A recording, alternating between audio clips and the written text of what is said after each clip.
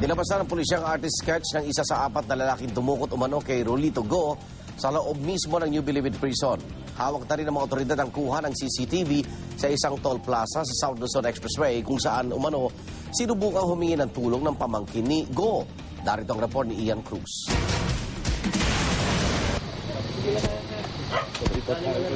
Base sa mismong paglalarawan ng high-profile na binanggong si Rolito Go, nagawa ng computerized facial composite ang isa sa apat na lalaking kumidnap umano sa kanya sa New Bilibid Prisons noong gabi na Agosto 14. May taas daw ang lalaki na 5'5 hanggang 5'6, palingkinita ng katawan, tinatayang nasa 35 hanggang 38 taon ng edad at maitim, nakaputing t-shirt, pulang jacket at maong din daw ito nang mangyaring umuling kidnapping at armado ng kalibre 45 baril.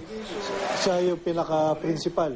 Siya yung talagang umaaktong leader-leaderan ng grupo. At sa kanya yung baril? At saka siya yung may hawak ng baril. Tumulong din daw sa paglalarawan ng mga suspect ang pamangkin ni Go na si Clemens Yu. Base sa huling pakikipag-usap ko kay Senior Superintendent Gumban, ginagawa pa po yung tatlo. Ito yung mga kasama ng sinasabi nating grupo na dumukot kay Mr. Rolito Go.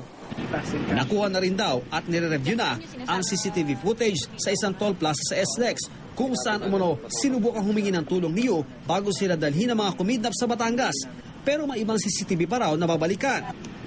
Para sa unang balita, Ian Cruz reporting.